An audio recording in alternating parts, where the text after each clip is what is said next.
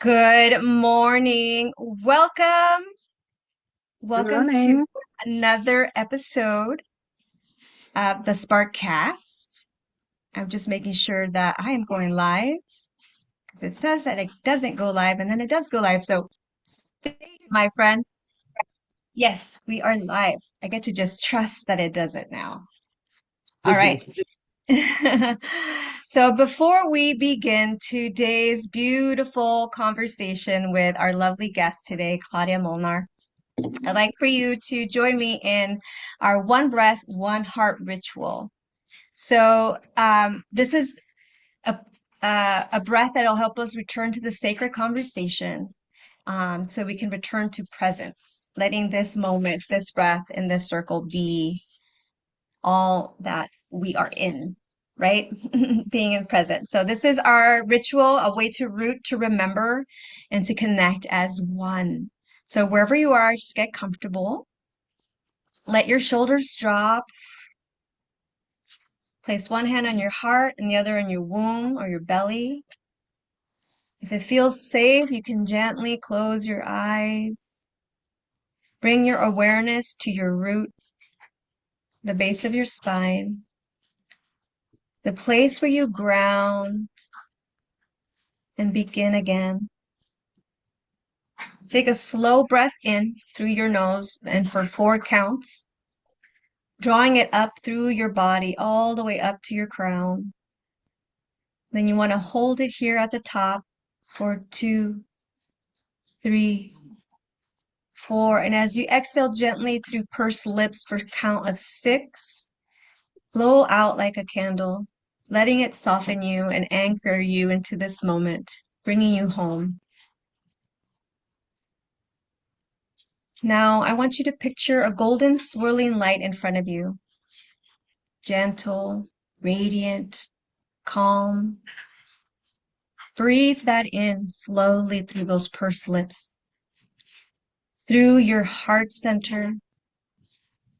Hold it here in your heart center for 4, 3, letting it settle in your chest. Feel yourself safe, letting it ground you. Feeling loved and held. Now bring to mind one thing you're grateful for and let it bloom in your heart. Smile into that. Exhale slowly for 8 counts. Let your gratitude ripple outward. Take one final deep breath in, stacking more gratitude, another moment on top of that. Let it glow and amplify and expand in your heart. Smile with your whole being and whisper to yourself, to your body, thank you. I love you. As you exhale, send that golden light out to every sister in this circle, to all the beings who could really use it today. Now, together, we speak the ancient prayer of remembrance, the Ho'oponopono. I am sorry. Please forgive me. Thank you. I love you. Breathe in gently one last time, coming back to your body, back to this moment, to this sacred space. Now set an intention for yourself, for how you wish to show up, how you wish to be received and to be held today.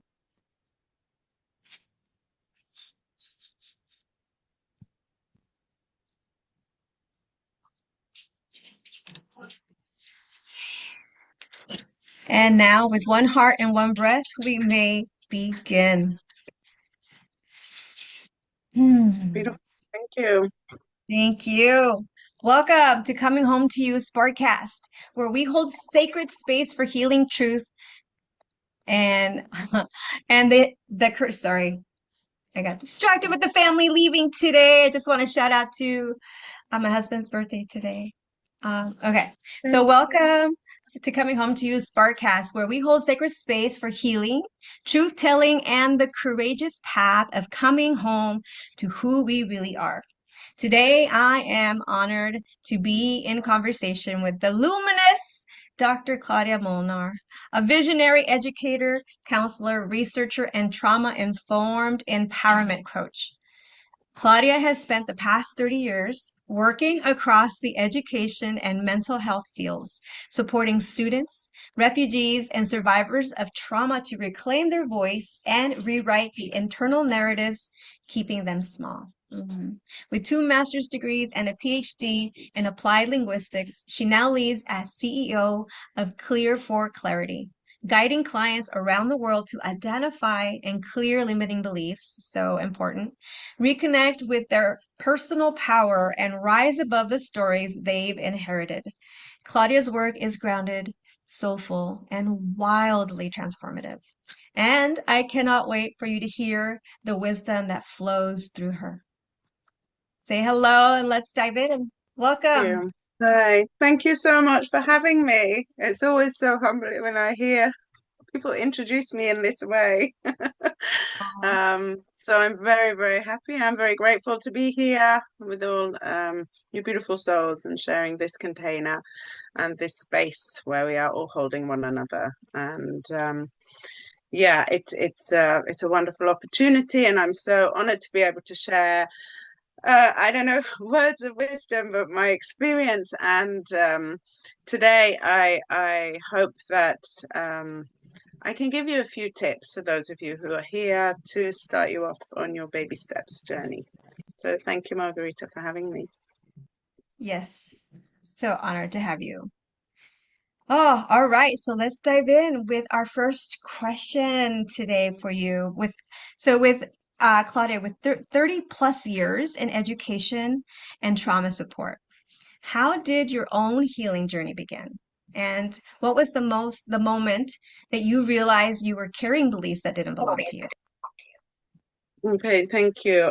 This is such a great question, and one I'm so happy to answer because I think there is a lot of shame still surrounding us around mental health, around trauma, around depression, and you know, the whole need for women to be able to cope and to be less emotional and feeling the pressure. And, as we continue to battle to find our place in the world and our voice in the world, um, and actually, when you sent me this question, I thought, and I really had to think, when did it really, really begin? And it actually began in my 20s. And it began at a time when I wasn't really aware. And I wasn't as aware as I am today. And I wasn't as experienced and knowledgeable. And actually, as I started working with trauma students or traumatic students, and particularly around refugees and asylum seekers who obviously come with a whole host of challenges, I started to recognize within myself what I was also battling. And actually, it took me until I got into my 30s, when actually I had a bit of a breakdown in my 30s, and I realized very quickly that this was the best thing that's ever happened to me and the most liberating thing. And of course, now because we learned to change our narrative, it was a breakthrough. And it absolutely was. And from there on in, it really was about taking those steps and practicing what I'm preaching, if you like, um, all around personal relationships, around parenting, in my on my career path as well. Um, you know, we're very easily locked into a paradigm that we don't recognize that we're in because so many people are sharing that paradigm with us, and we're so often influenced by what's going on around us. Um, but actually, it was about 18 months ago when I went into what came out as being a cycle of loss for me in my life, that I was actually taken back, and I realized, okay, I have these tools now. I have these tools. I can go back. take out my toolbox, and I can now deal properly at the root of everything that I'm carrying. Because as educators, as mothers, as women, we often put ourselves at the bottom of the list. And we often fight for equality on many things, but actually, I realize what we need is equity because we don't all need the same thing. So, and I think when we put ourselves first, then we're a little more selfish, if you like. We talked about this before, about selfish not being a negative word. But basically, when we put ourselves first and we focus on our own happiness, this has a dynamically more positive effect and impact on those around us. And as soon as you see that and you learn that, it makes it much easier to go forward.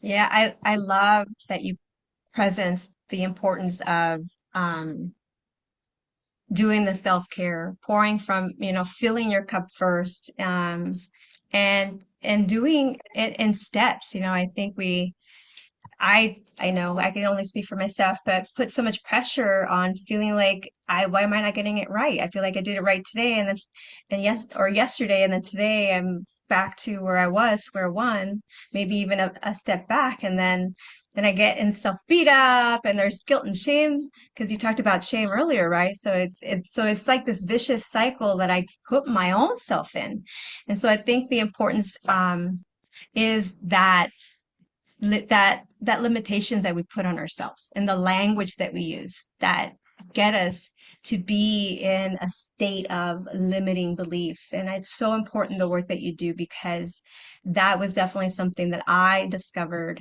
And I've always been introspective. I've always been that journey of trying to understand why I do certain things. Why am I triggered in certain ways and other, it was like Mhm. just the curiosity of other people. And then I just realized that it was that programming. And I didn't realize until I started doing the work and being around other people sharing their truths. So I love that you also presence and talked about speaking about it, right? Because not a lot of people want to Yeah, talk about it because there is shame. So I there is. love that we're having this conversation here today. It's so important. No, absolutely. And it's something we still need to talk about and openly and in a safe environment. And, there is a big difference between guilt and shame because when we feel guilt, and I think as women, we inherently carry a lot of guilt and even from our own lives. And let's not even talk about, ancestral inheritance and intergenerational trauma and intergenerational guilt. And you talk about these triggers and, you know, we don't even realize we're being triggered a lot of the time. And we don't even realize that we are locked in a paradigm consisting of limiting beliefs. But, like we talk about guilt, and guilt is something you can go back and repair, or quite often you will have that opportunity to go back and repair and say sorry or make amends or something. Shame is something that's personal, and that's something that we carry within us. And actually it was Gabor Mate's work actually that made me really open my eyes quite massively when he said that trauma is actually not the event.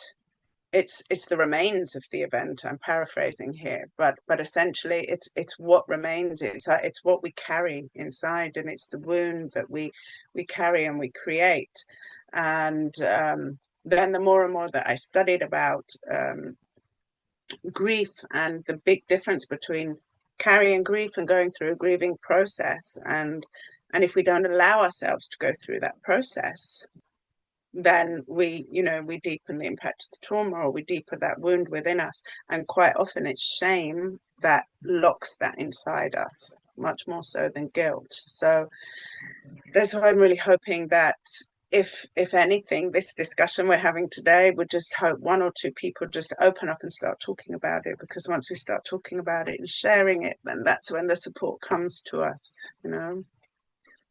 Yeah, like trauma is not the event, it is the emotional attachment that we hold on to, the story, the wound and we speak from that, we see through that lens.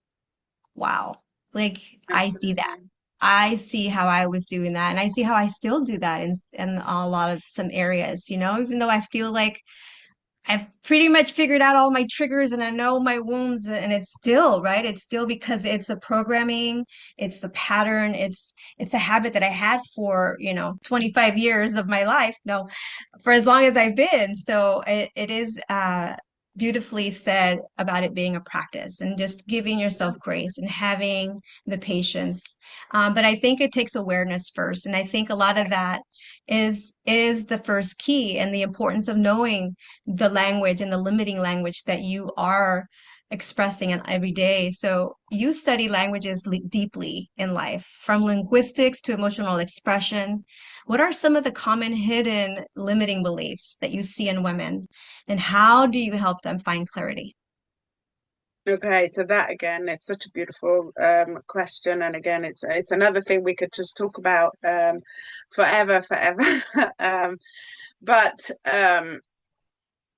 our inner narrative, the words we tell ourselves are so much more powerful than the words that come out of our mouths quite often. But I think very common ones for women is, you know, we can't have it all. I can't have it all. I can't be the career woman and the mother and the wife and the friend and the sister and all of the people that we are, and it's like, well, what evidence do you have that you can't be those things? And, you know, think about things that you're very successful in, and which areas are you very successful in, and grab hold of that and feel the success and feel and really allow yourself to feel into it. And how did you make yourself successful within that, and take those skills and apply them elsewhere? Because quite often, you know, we can have it all, but quite often we need to shift something in order to have it all. And usually you know, it's those intrusive thoughts, it's overthinking. Um, if you're thinking about, many women who find themselves as single parents, no one will want me with all this baggage. I'm too old, it's not the right time. And then the answer is like, but it's never the right time. Actually, it's always the right time, because the right time is now. The right time is that moment when you realize, I want change. I need to change. If I want a change in my life, I have to make a change somewhere. Um, so, first thing is to recognize that negative talk. Recognize the negative things, the negative self-talk, the things we say to one another. Also, overthinking, which is also a trauma response to many sense and purposes. And sometimes it can be seen as a positive, because we might overthink things in order to prepare for a situation that we feel we're going into that's unsafe or uncomfortable. Sometimes it's to replay a situation, and then if we're replaying things, then we're going down that rabbit hole of, oh, but I didn't, and what if I had, and if only this hadn't. And on the replay, it's always going to be something negative. If you're reliving, oh, it was so great, I'm so happy this happened, that's a different story. But usually the kind of the prep replay trap that we go into, this is something that can be quite difficult to recognize, to overcome. We need to sit in silence. We need to find whether there is a pattern in this. Are there recurring thoughts, recurring overthoughts? What situations are you in that you're always preparing for? What are the situations that you're always replaying? And I don't want to, I can't. Again, the brain doesn't recognize I can't or I don't want. So this is another thing that a lot of people don't realize. I didn't realize when I wasn't aware that, when you come up with a a list. I don't want this. I don't want that. I don't want that. I don't want that. The brain doesn't hear that. The brain just hears that I want this, you know. So again, it's like shifting that narrative, focus on the things that you do want always. And the other thing is that our words are affirmations, our words are spells, you know. And you mentioned, Margarita, the word habit before. The only way of getting rid of a habit is to replace it with another one. The only way of getting rid of a limiting belief is to replace it with an empowering ideal. So, you know, affirmations, create your personal mantra. Um, One thing that really, really works is actually recording all your negative thoughts and your negative beliefs and listening back to them and putting yourself in a situation that you're listening to your friend or your daughter or your sister or whoever saying that. What would you say to them if you heard this coming at you? And pay attention to that. So actually, you know, detaching yourself from it, but you're listening to it because we trust our own voice. And then recording our own affirmations, recording our own mantras, recording the things where we want to make the shift. So it can be simple. I'm just reading here, you know, I am enough. I'm more than enough. I'm proud of being too much. You know, I am successful. I am beautiful. I can cope. I can have it all. And actually you can record a number, sometimes 25, 30 of these. Record them into your phone, play them back, play them to yourself when you're in meditation, at the end of meditation, when you're in the car, when you're cooking, lying in the bath, listen, you know, drinking coffee. Every day, once a day, twice a day, listen to them because you trust your own voice, because our own voice is the voice we listen to all the time. And so just, you know, that's a really nice starting point of instilling more empowering ideals and replacing those limiting beliefs. Yes, that the importance of reframing is great. I think you said something earlier about the replay and the loop. I'm like, why do we do that? Why do we keep torturing ourselves to be our worst critic? Like who?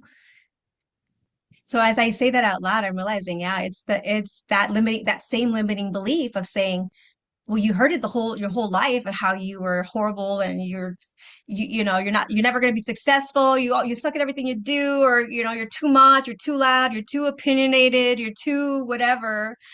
And Yeah, so it's those same things that when it feels like it shows up, we're like, oh, there was that thing my mom or dad or that principal or that one random person in the street or in my class said that sticks with you. And it's those, sometimes I think in an earlier call, I brought up that trauma doesn't have to look the way we all picture trauma to be. It could be a passing by comment absolutely. somebody makes that you hold on to for 20, 30 years. And it was just one Yeah, moment of somebody being funny, right? Like quote unquote funny. and it Uh, triggers something. yeah. And I know some people in my family who still have like body shame conversation because of a comment or so while she was young with her siblings. And so, like Mm, those may not come off to people as having trauma in their life, but if it stops you from being authentically who you are and killing your joy, then that's a trauma, yeah, right? yeah. I And mean, it can be, absolutely. And you know, and I think trigger is a key word here. And I think one of the most powerful lessons I ever learned, I think it was um, Bob Proctor who I heard say it, Mhm. was, what other people think of me is none of my business. I say that all the time. It's so true. And that became my mantra, like, what other people think of me is none of my business. And I would say it like we do with language, like, you know, repeat it 3 times a day but it's so true. It's I not think my business. Yeah, People and I think think of. the reason why it's true is because when you start to do the work, you realize that it's really has nothing to do with me, what they're saying. Their opinion of me has a lot to do with how they feel about themselves, what it brings up, what it triggers within them. Mhm, So I find that interesting that we take on so much of other people's opinion of us. And I think Brene Brown says it so beautifully. It's like she has this like visual of getting like a 1 inch piece of paper and then writing the names of people that are your core people that are important to you that only their opinion matters. So like they're the core mhm, people of who you're gonna like be vulnerable with and feel safe and all that stuff. So I just think there's mhm. something to be said about that. I think I love that everybody talks about vulnerability as a strength, but then it's like be careful who you're vulnerable with. Not everybody is Yeah, open to yeah, receive. But one of the things about trauma and truth, right, is that shame is still what's stopping us from suppressing our voices from sharing the truth. So mhm. many people suppress their voices due to this past pain and cultural silencing. What's one practical way that someone can begin reclaiming their voice when they've learned to stay quiet for so long? Yeah, and I think this is, so thank you for this question. I think this is such a difficult thing. And I think a real starting point as well is, you mentioned like this piece of paper thing, write down all the people that hurt you, and it can be anything, or offended you. I mean, it can be any, and what it was, and what it really was that they did. Because quite often when we do that, we don't even remember. We don't even remember. And you can take this back as far as you possibly can. And you realize, oh, I can't actually remember what they did, but I know that they upset me, but I'm not quite sure what it was. Okay, so how deep and how important is that? And when you do, is there a pattern? Is there a pattern again in there? And because the other thing is, just before we go on to like where we go forward with this in finding a voice, because there again comes this realization and the ability to see actually, where are my triggers? What is my pattern here? You know, where are my limiting beliefs? Where do they come from? Because quite often it can be a case of, um, let's say, Margaret, you did something to me 10 years ago. I don't know. We fell out over something. We were close friends. We fell out. You ghosted me. That was it. And it hurt me terribly. But you did that 10 years ago in the past. Once you did that. Maybe you even did it 2 or 3 times, but you did it 10 years ago. And that hurt me. I forgive you. And that hurt me. But since then, I've been kind of hurting myself by staying within, you know, that framework and remembering you and connecting you to that pain. So this is another thing. Again, you need a lot longer time to go into this in much more depth, but that's a really nice starting place. So to write down, as you said, your safety network, and then, who are the people that hurt you, or what situation, what exactly was it, and when. And when it comes to finding your voice, and a lot of people are silenced culturally. I mean, that's one of the things that when I started off working with trauma victims, particularly in the realms of education, this was it. It was cultural silencing and fear. And quite often, it's if I say the wrong thing, or if I say something bad is going to happen. So a good starting point really is, so draw on this, your safety network, and just baby steps, and start with, okay, so when I'm with my friend Margarita, next time we go out for dinner, if I'm not happy with something, I'm going to tell the waiter.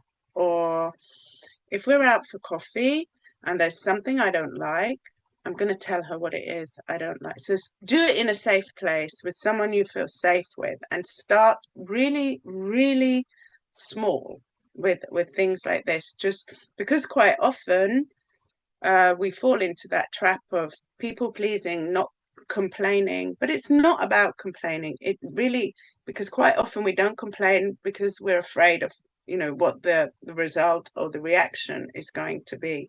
And then check in and take it to, you know, the next level. It can be something you do for yourself. It can be me phoning you up or sending you a text message is also a safer place to start, and saying, today I can't. So instead of learning to jumping in straight away and saying no, you asked me to do something and I want to say no, but that terrifies me, the thought of saying no. So just step it down a level and just say, I'm sorry, I can't right now. I can't today. This is not the right time for me. And that means that I'm not saying no. I'm just saying not right now. And again, you start creating this. You're already changing the narrative. You're already speaking up. You're still in a safe place. And so you take the step from doing something within your friends group, then doing something via email, via text if you need to. It depends how confident you are. But the point is, check in. How do you feel when you say it?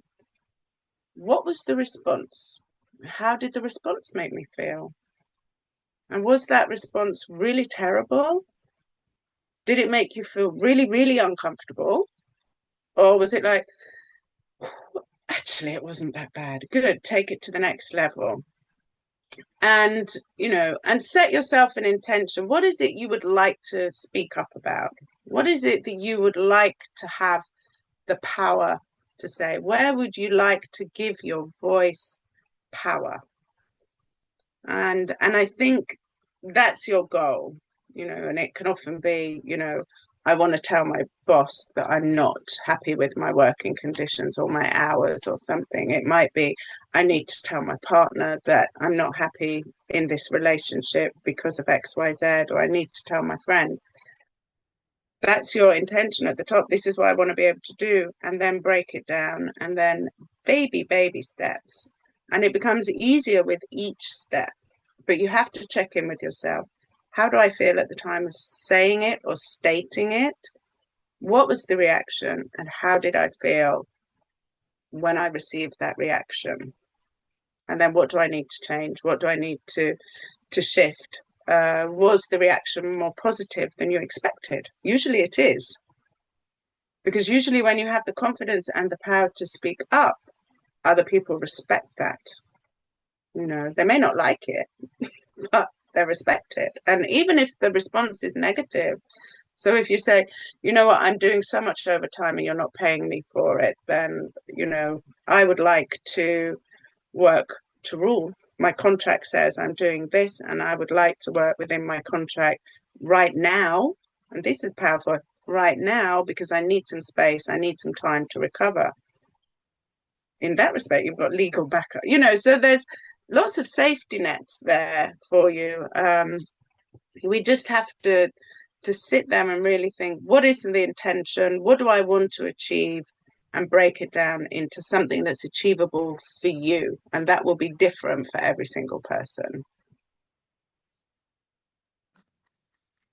Wow, those are beautiful, very practical, more than one tool and technique, I think. And the way that you beautifully broke it down felt very doable, um, some actionable that I can do right away. And so thank you Yeah. so much for that beautiful gift. And I hope that everybody listening out there really starts to implement this, because it really will boost your confidence. And when you feel more confident about something, um, you're able to show up more powerfully each time, Yeah. because you get kind of that high, right? Of like, there's like that little mini. And the other Yeah. thing too is I want to encourage people to celebrate yourselves for the little wins too, because it's not about big wins, it's the little ones, and it's just having the forward progress and not about being perfect about it. And I love that you said it a few times about making sure that you check in with how you felt. And I think that's great, to come back to yourself, to the body's wisdom, to the inner knowing. And so thank you for also grounding in the importance of checking in every time you do something, because that is where the awareness comes in, right? Mhm. Being But aware of also, what's. what's not working. Yeah, and checking in when you with what it is you want to say, and it can be something as small as complaining. It's just such a great example that you often see people in a restaurant, everyone's complaining because something's not good, and the waiter comes on and go, "Yeah, it's lovely, thank you." Why? Right. Or complaining about somebody's behavior or something, and that can cause a high level of anxiety in many people. Approaching your boss or your partner could potentially mean the end of your job, the end of your relationship, and that can be terrifying for some people. But at the same time, it's more terrifying to stay in the situation that you're uncomfortable in, or more uncomfortable. So which is more uncomfortable, and how can you do it in a way um, that aligns with you? And this kind of grounding also shows us what are the situations that I feel vulnerable in, because this comes back to what you mentioned before, and where does my anxiety really sit, and why am I anxious to say this? Because now we're peeling back the layers. Did something happen before that gave me a negative response when I behaved in this way? I complain, so that's why it's nice to just trust our own soul's wisdom, because our wisdom knows, and our body knows, because our body remembers, and our body is the container for all of our memories, physical, emotional, and beyond. So we have to listen to ourselves. Yeah. And with listening to yourself, sometimes I think there could be a lot of mental clutter, Mm-hmm. the noise, So what are some of the common mental clutter stories that you've helped clients clear? And how do those shifts ripple into their relationships, their leadership, and their self-worth? Mm-hmm. So thank you again. And I think this comes back to kind of what I said before, that once we start shifting through the mess, like having the spring clean, once we start listening to ourselves and checking in with ourselves, and kind of doing, a body scan or an emotional scan of how we feel, we start recognizing, is this negative self-taught trauma? Maybe it's not. Maybe it's just a healing requirement indicator. Maybe it's an indicator of something being fear-led, as I mentioned before, this need to prepare ourselves mentally for a situation, or this kind of replay thing. Um, so our mind is quite often our biggest enemy, and quite often we're battling between, we talk about this, do you lead with your heart or do you lead with your mind? And it's the mind and that often wants to sabotage a situation. You mentioned before this scenario, 2 steps forward, 1 step back, or, worse, 1 forward, 2 back. That's generally our mind getting, in the way, and, it pulling us back into that paradigm that we're trying to break through and break out of. And you need to give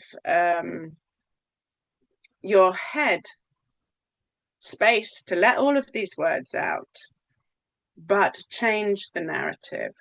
So, if you want to start internalizing words of confidence and words of joy, for example, okay, you can't just say, okay, I'm no longer going to think about, my limiting beliefs. I'm no longer think about the fact that I'm not enough, etc., etc. So it really is about the minute you hear yourself saying something, what little shift can you make so that you remove your mind's power over how it frames the narrative, but you allow it out. And so, if I sit there and go, I'm just never going to get that job, or, I'm going to be late, or he's not going to like me, or, oh my God, I'm a terrible mother. And are you really? What evidence do you have to support that?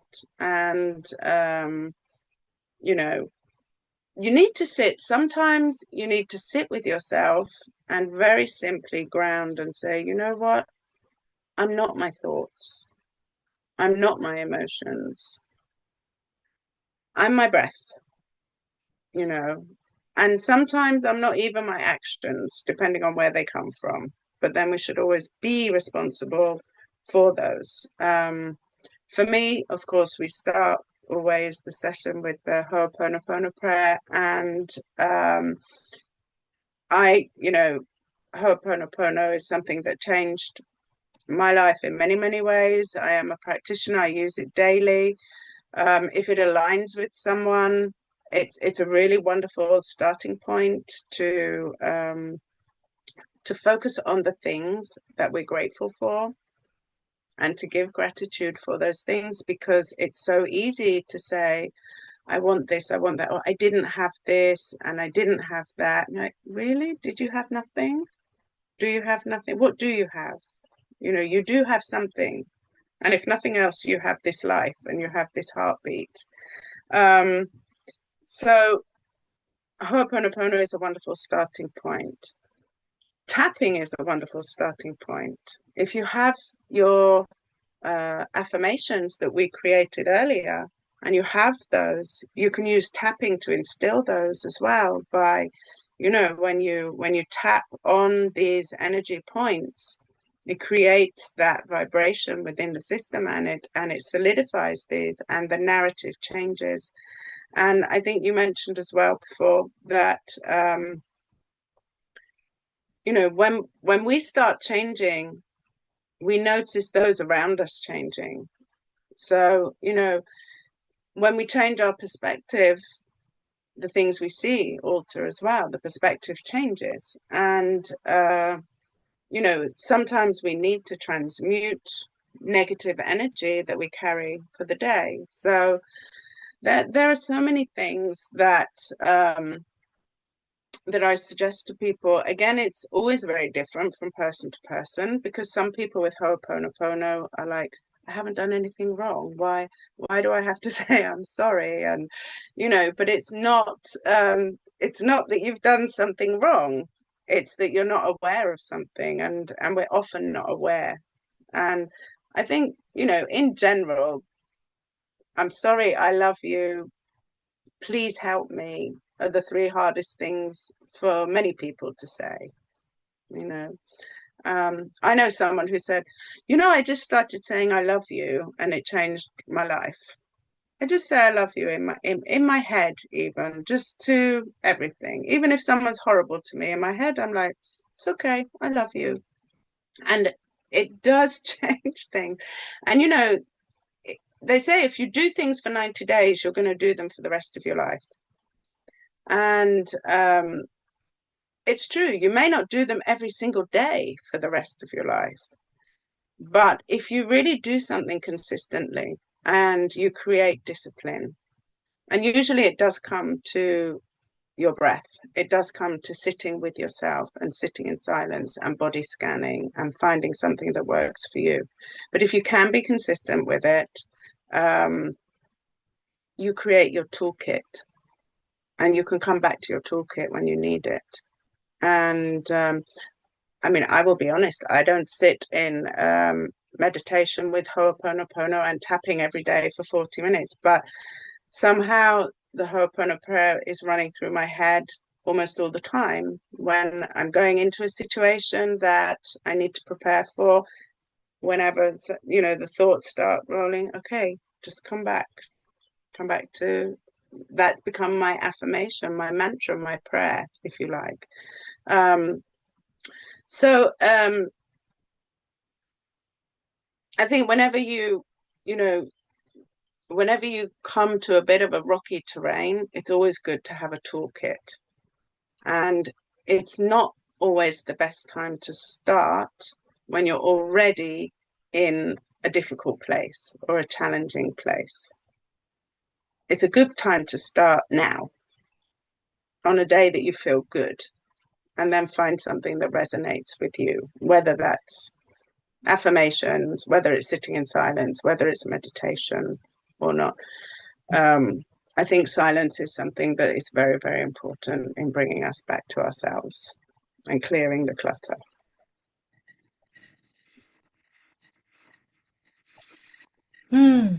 Wow.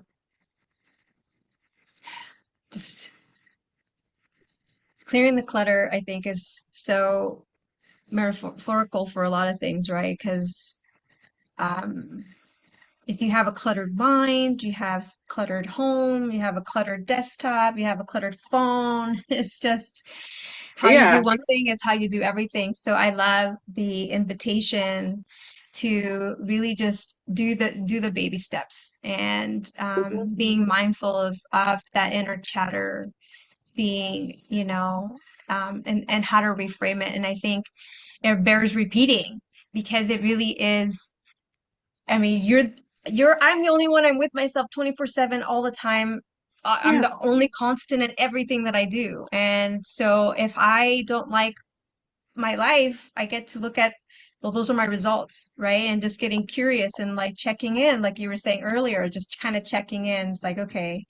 And I loved the importance that you brought up boundaries. I think that's what you were talking about is learning how to start to say yes to the things that feel good and no to the things that Yeah. you're don't have the space for. And I think I love that you also said to start small and start with the people that you trust, that you can be Yeah. vulnerable with, because um, the last thing we want is to re-trigger ourselves and thinking, well, it's not working. I tried that thing and it didn't work because oh my gosh, that person, well, who, are you asking the guy down the street or the person that really matters? So I loved all that you said about the importance of really just having a toolkit.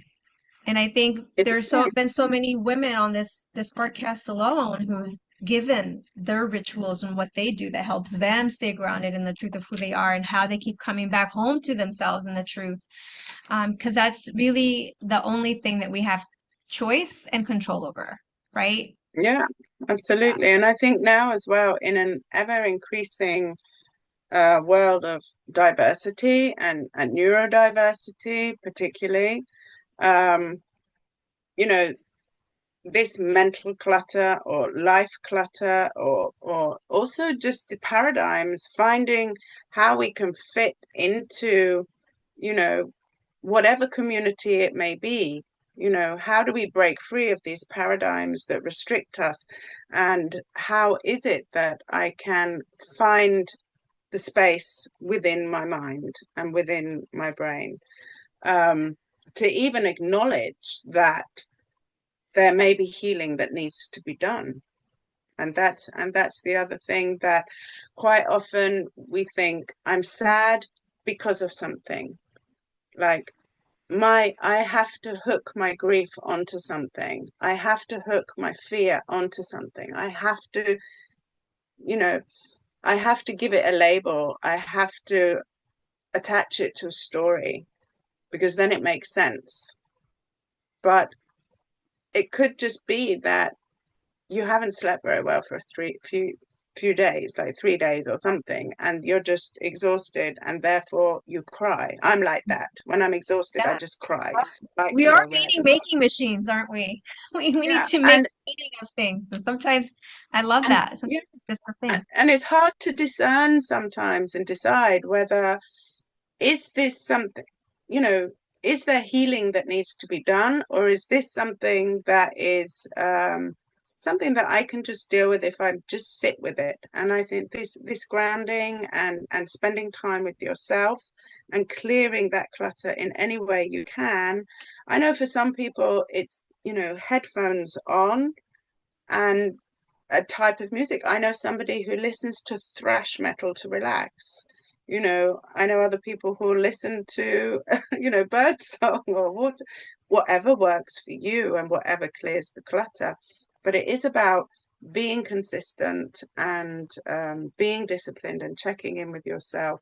And if you feel that you're in muddy waters, or you feel that there is help that you need and you can't even reach out to your peer group or your vulnerability list people, as you mentioned, at all, then know that you're not alone and know that you're not the only person feeling like this, because we always feel like we're the only ones going through this. But it's also very true that my pain is the worst pain because it's the only pain I'm feeling.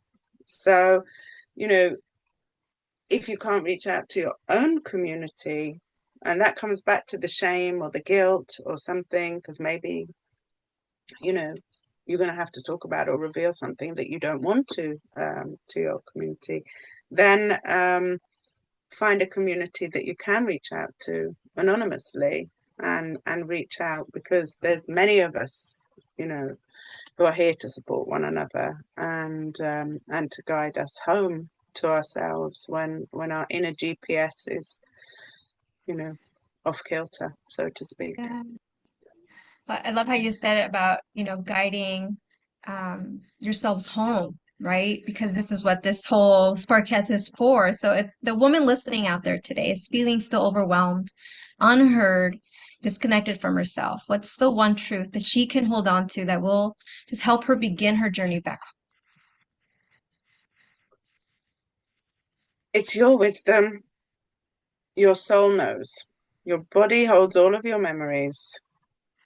Check in with yourself. Try and identify where you're holding on to, whatever it is you're holding on to, and where it came from. And then reach out and just reach out and keep reaching out until you find the right guide. But ultimately, it can be anybody. It can be your best friend. It can be, you know, family members. It can be a complete stranger. Um, but there are two steps which are the hardest to take, and that's the first one and the final step over the threshold. So start with baby steps, and that first step is always going to be the hardest, and that's the first one that you have to take, and that's the one that you have to take normally alone. And when you do that, and that's why the minute you reach out, you've taken that first step, and from that point on, you're no longer alone. home. And it's important to know that you've never been alone. It's just we've Yeah, been waiting for you to be a yes for yourself, to come home exactly. to yourself, to be a yes for your life. And just like that, we close today's circle. Thank you so much. With these are such profound reminders that your voice is your superpower and that your thoughts are spells that you're casting every single day. Absolutely. Claudia didn't just teach us, she invited us to get radically honest, to reclaim the narrative and speak life into your healing. The reminder is here, you're not broken. You're not behind, you are becoming. So, from Definitely. recognizing the shame that we silently carry around mental health to writing the stories that we whisper to ourselves when no one's watching. This episode is a healing balm and a bold call to action. Your body remembers, your words matter. And yes, you can have it all. Every Definitely. baby step, every boundary, every I can't today, every mantra you speak aloud is a declaration of worth, a reclamation of joy, and a return to yourself. So record those limiting beliefs, then rewrite them. Speak to yourself like someone you love. Because when you make space for your own voice, you make space for your freedom. And you don't need permission. You don't need to wait for the right time. The time is now. And the shift begins with you. And you, beautiful soul, are more than enough. So keep scanning your body, protecting your peace, leading with your heart. Focus on the things that you're grateful for and reframing the thoughts that try to shrink you. Let this be your spark to rise. When you change, others change around you. So if you heard something here today that cracked your heart open a little more, or something landed and you had a breakthrough, I would love for you to share that with a sister who would love permission to be seen and heard as well. And share this episode with them for those who need to hear these words and have these tools in their toolkit. Don't forget to subscribe for more sacred conversations just like this. And always be kind to your mind. It's listening. And for anybody who wants to learn how to reach out to Dr. Claudia, we will have her link in the descriptions below. Maybe she has a gift that she'll share with you, but there is definitely availability for you to learn more about her. So thank you so much for being here. Such an honor. Me. Thank you. As my honor is mine, and I really do hope that anybody out there, if you just take these baby steps and just take three things from today, and it helps you to come back to yourself, because there's no place like home. So thank you, Margarita, for having me and allowing me to share this space with you and with all of these beautiful souls that are here today. Thank you. And remember, home is where I choose to be me. You get to choose that too. Remember to be kind to yourself, be kind to others, lead from love, and spread joy. It's contagious. Bye.